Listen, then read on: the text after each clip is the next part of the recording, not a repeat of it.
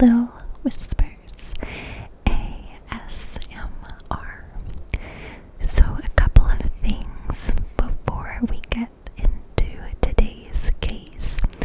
It is thunderstorming outside currently. So, if you hear any loud noises, that is why. Also, you might see that I'm in a bit of a different space today. Currently, I am sitting in my husband's office. The studio that we normally film in is a complete mess.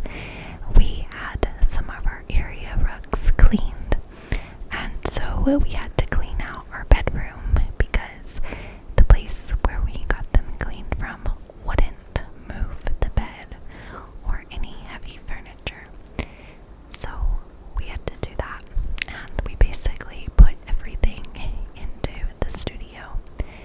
And while the bed is up and the rug is out, I'm going ahead and staining our bed frame. My husband and dad made it last year, but we weren't sure what direction our room was going to be aesthetically speaking at that point in time. So we went ahead and waited on staining until now.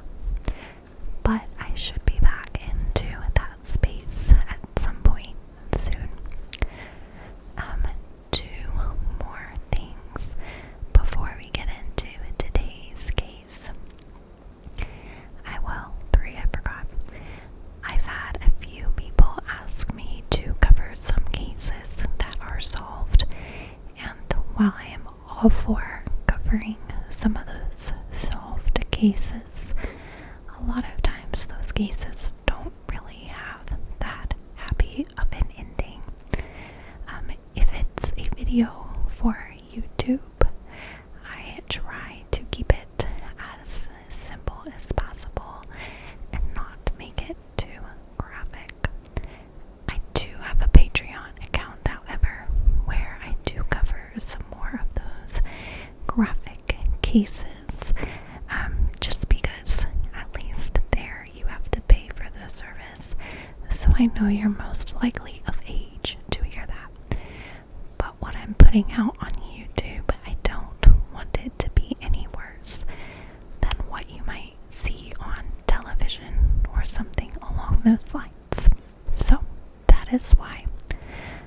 Another thing, I haven't really stated this before, but in the comment sections, I know that YouTube takes out a lot of comments that have inappropriate language or just spam comments, but I have seen a few comments recently that were inappropriate, contained language, or were just flat rude to somebody else.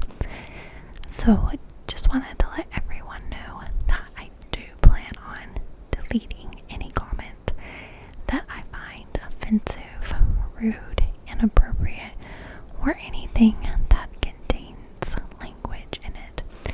I do want to keep this a friendly and safe space, so I thought I should mention that now. And then the last final thing before today's case is we've been asked to add photos of the people that we're talking about in these cases. And unfortunately, at this point in time, it is not something that we are able to do.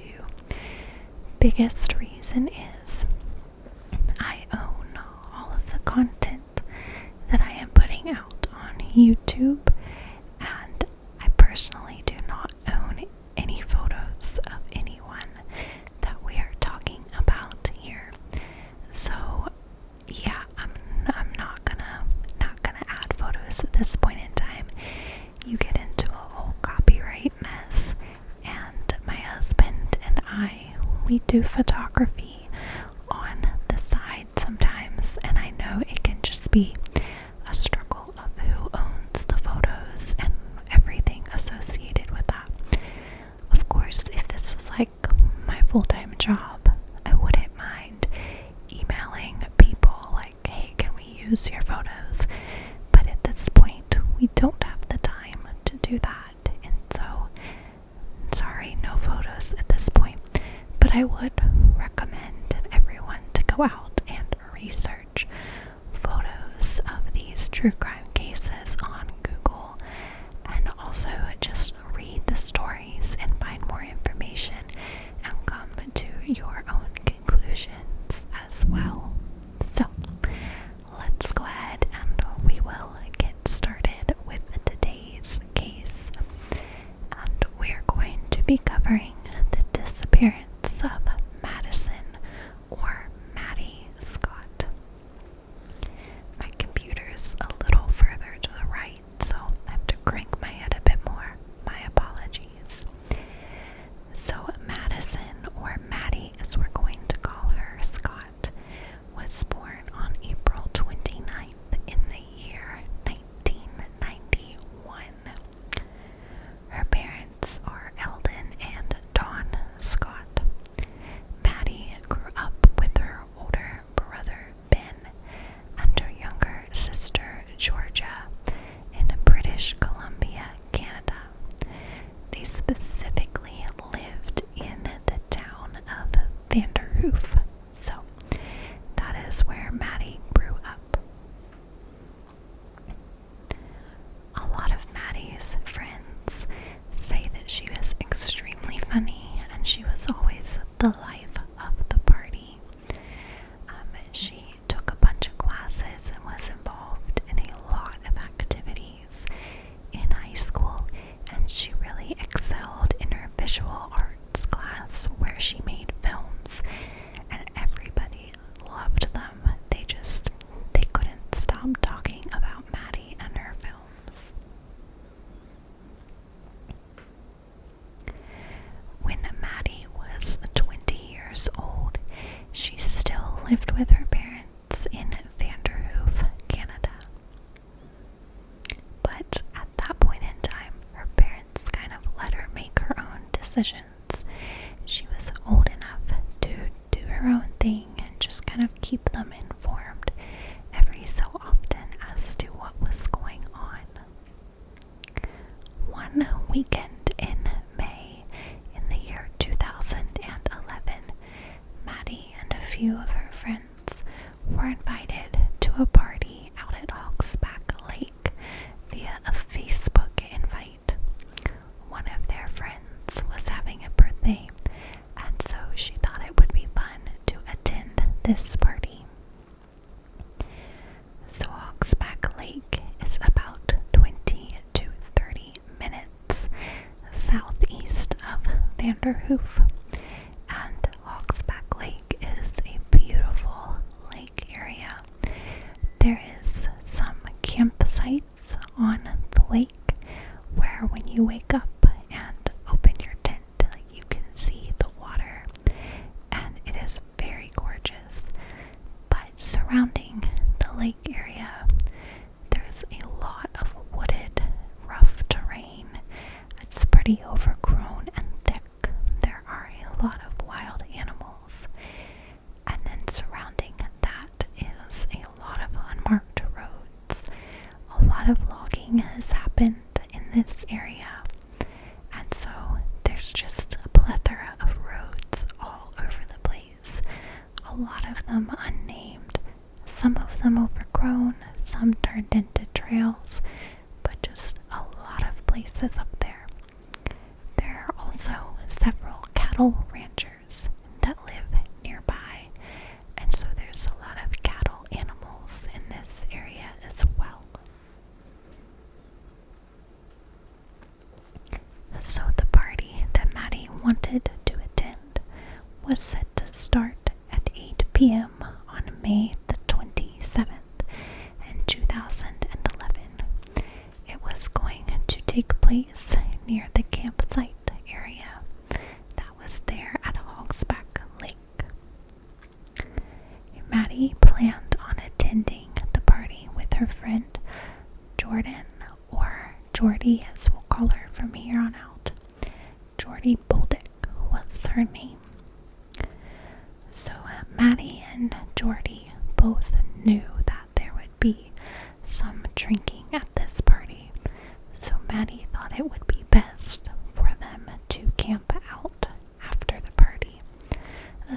especially since there were the campsite areas nearby. She thought it would be best to just take her tent and set it up.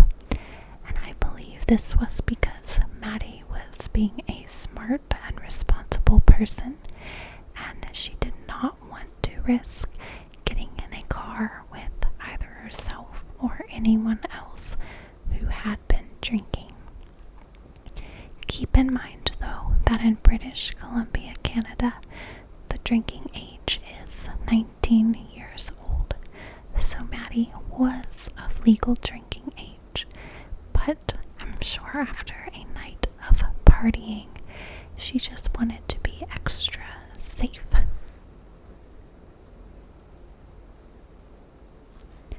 So Maddy and Jordy both arrived together at Hogsback Lake around 8 p.m.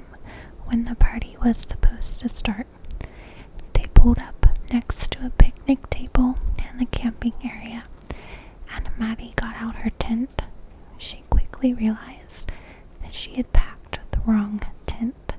She was wanting to bring a larger tent, and I'm not sure if it was just her and Jordy that planned on camping out or if others would plan on staying. But Maddy felt as though the tent was just way too small for them. She also realized that she had forgotten the tent poles at home.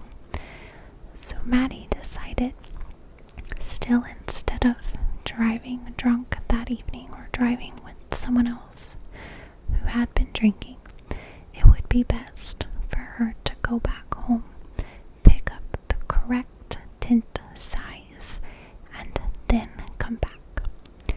So Maddy left the party around 8:30 that night, and she went back to her house, and when she was there picking up the correct tent and poles, she ran into her mother, Dawn, and they chatted for a quick minute, and before Maddy left, Dawn told her to be careful, and Maddy said that she would talk to her the next day. So Dawn didn't think anything of it, and Maddy left. Maddy arrived back at Hogsback Lake around 9:30 that evening, and once she got there, she proceeded to set up her tent before she got involved with the party.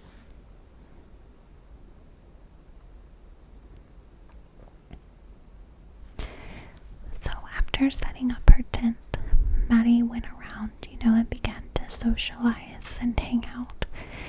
And she was texting her mother at various points throughout the evening. And Maddy had mentioned to her mom that she was a little sad while she was single and not seeing anyone at the time. There was a boy at the party whom she was very interested in, and he apparently had told Maddy that he did not feel the same way and that he just wanted to be friends. Maddy's mom, Dawn, said that while Maddy was sad about this, she wasn't overly upset, and it was very easy for her to move on. And Maddy did mention that there was another boy at the party who did like her. However, she did not have the same feelings for him, and she just wanted to remain friends with this second guy.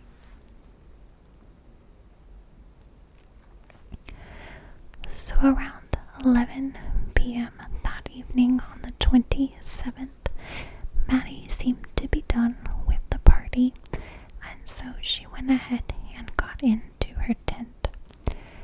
Jordy and several other partygoers recalled a few other people showing up throughout the night, and some people that they weren't as familiar with. There were about 50 people that attended this party total. Jordy did not get into the tent with Maddy at 11, but instead continued to drink outside with her newer boyfriend.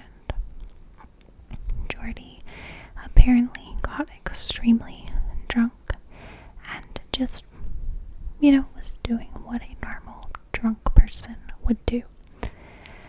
At one point, apparently a fight broke out around 12 that night, and when that fight broke out, Jordy was somehow pushed and she fell into the fire a little bit. Now, I don't believe she was injured terribly, but you know how sometimes drunk people can be. They have an injury and it becomes a bigger deal than originally planned. So, Jordy decided at that point that she was drunk, she was hurt, and she did not want to camp out with Maddy. So she went into Maddy's tent and told her that she would be leaving and staying with her newer boyfriend that night. She invited Maddy to come stay with her, but Maddy said, "Nope, I'm settled in here and I'm going to stay." I take it that Maddy probably did not want to drive with Jordy's boyfriend. It's unclear if he had been drinking a lot or what, but it was, she was thinking that she was making the right and safe decision at that point in time.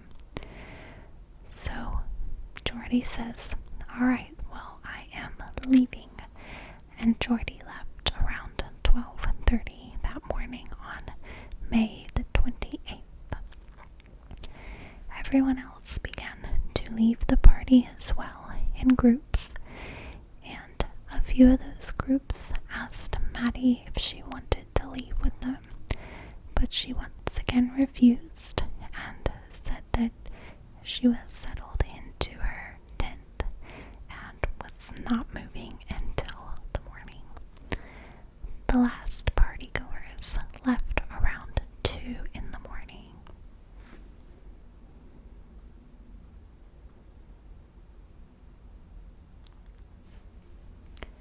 The next morning, on May the 28th, Jordy woke up with her boyfriend, and she needed to get a ride back to Hawksback Lake to pick up her sleeping bag and her clothes.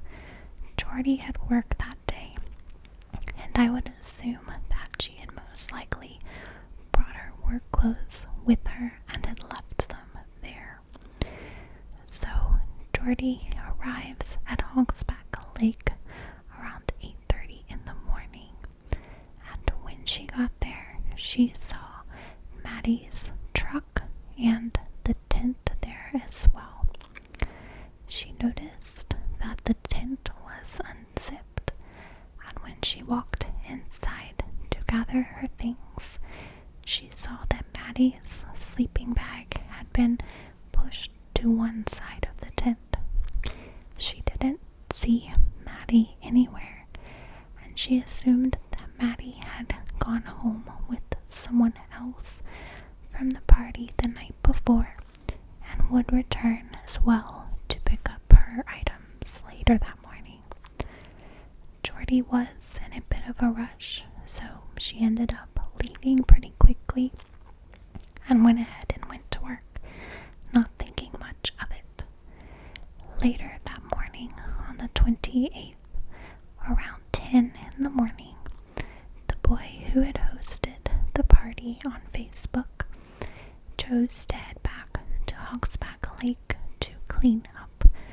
This was pretty typical of him to go back and clean out the area, as usually that night it's dark and people are pretty drunk, so he went to do that. When he arrived, he also saw Maddy's truck and her tent, but he noticed it was zipped up and he assumed that Maddy was sleeping inside. He went ahead and cleaned up and then headed on out, not bothering Maddy at all, thinking that he wouldn't want to be bothered while he was sleeping.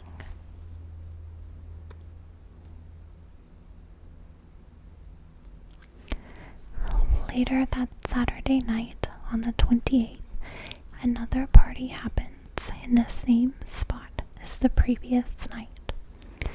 This party, there were about 150 people in attendance, and they saw Maddy's truck and tent, but never saw Maddy. At various points on that Saturday, though, Maddy's mother and father had tried to contact her, as well as several friends. Maddy's mother, Dawn, was not extremely concerned, as she had thought Maddy might have decided to stay at Hogsback Lake an extra day. It seemed as though her phone had died, which wasn't typical. There really wasn't a place for her to charge her phone, and the service was pretty spotty out there, so Dawn did not grow concerned, thinking she was still with her friends. However, when Sunday morning, the 29th, rolled around, she grew concerned after still being unable to contact Maddy. She contacted Jordy's mother at that point in time and found out that Jordy had returned on Saturday, and that made Dawn very, very worried. She hopped in the car with her husband and they drove out to Hogsback Lake. When they arrived, their worry went away at first because they saw Maddy's truck and her tent next to it. The tent was flattened and lying on the ground, but there was a group of other campers nearby, and Maddy's parents assumed that she had begun packing up, but had just gone to hang out with some of these other people. After getting out of the car, however, they grew worried again. They noticed that most of Maddy's belongings were in her truck, but they weren't able to spot her in the surrounding area.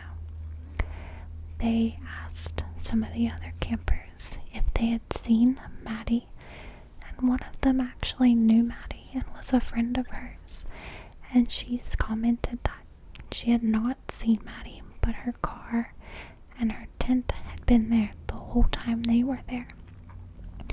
This group had been there since Saturday, so Dawn immediately called the Canadian police, as she knew something was not right.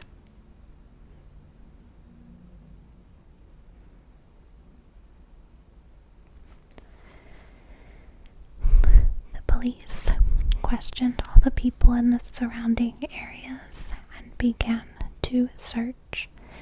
They unfortunately did not find any evidence as to where Maddy had gone to. They searched by foot, by helicopter, using dogs.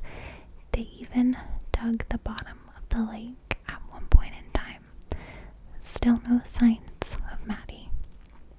Over time, they gave polygraph tests to everyone who was at both of the parties, the one on Friday night that Maddy attended and the one on Saturday, and everyone seemed to pass those tests.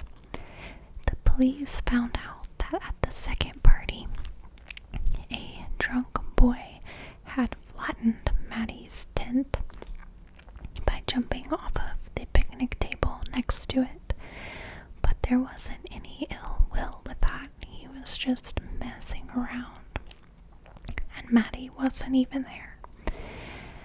They also found out, and this is a rumor, I wasn't able to corroborate this from a news source, so take this with a grain of salt, but apparently Maddy's younger sister, Georgia, was at the second party on Saturday night and saw Maddy's stuff, but didn't report it because she didn't want to get in trouble, as she was underage at the time and not allowed to drink.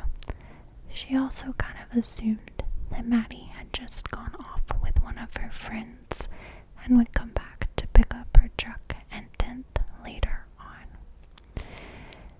When the police searched the area, they noticed that all of Maddy's belongings were there, except for her cell phone and and her keys, and there was no sign of a struggle.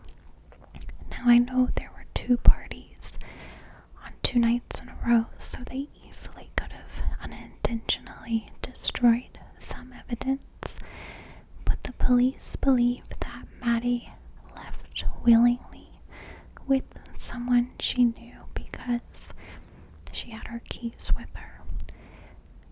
And that's it. That's really all we know about the disappearance of Maddy. The police do believe that foul play is involved with this, and they aren't sure whether it was intentional or something accidental, but they really don't think it was one of the partygoers that night. I know a lot of people do suspect Maddy's friend Jordy as she left her behind, but I would recommend there's a documentary on YouTube about Maddy, and they interview Jordy there, and she seems just so upset by all of this, and honestly, it seems like she realizes the mistake that was made, that she was just drunk and didn't know what was going on, so she left. A few people commented or believed that Maddy had some sort of accident at the party, and a few people covered it up, but there's no evidence to support anything at this point in time. I know Maddy's parents still search for her all of the time, and I pray and hope that they receive the answers they deserve. I'm hoping for a happy ending with this story one day. Thank you guys so much for watching, and I hope you have a relaxing rest of your day.